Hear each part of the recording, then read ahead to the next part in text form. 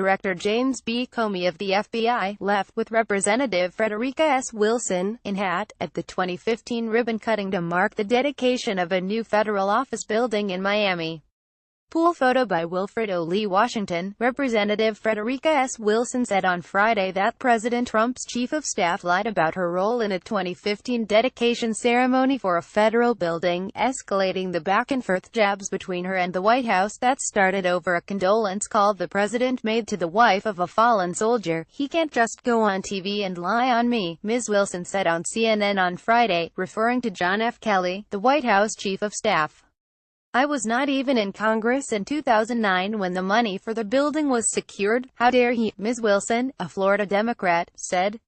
Ms. Wilson's response was the latest in a series of political attacks between the representative and the White House after Mr. Trump called Myesha Johnson, the widow of a soldier who died in an October 4 ambush in Niger.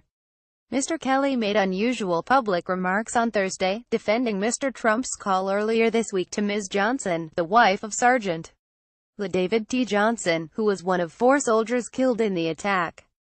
Ms. Wilson overheard the call, which was on a speakerphone, and said that Mr. Trump's tone was not respectful and that he said the fallen soldier knew what he signed up for.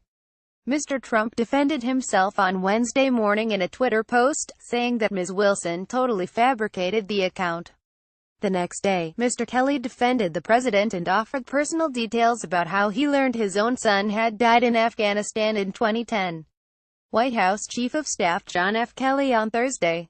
Tom Brenner. The New York Times. Mr. Kelly also had harsh words for Ms. Wilson and accused her of turning Sergeant Johnson's death into a political stunt.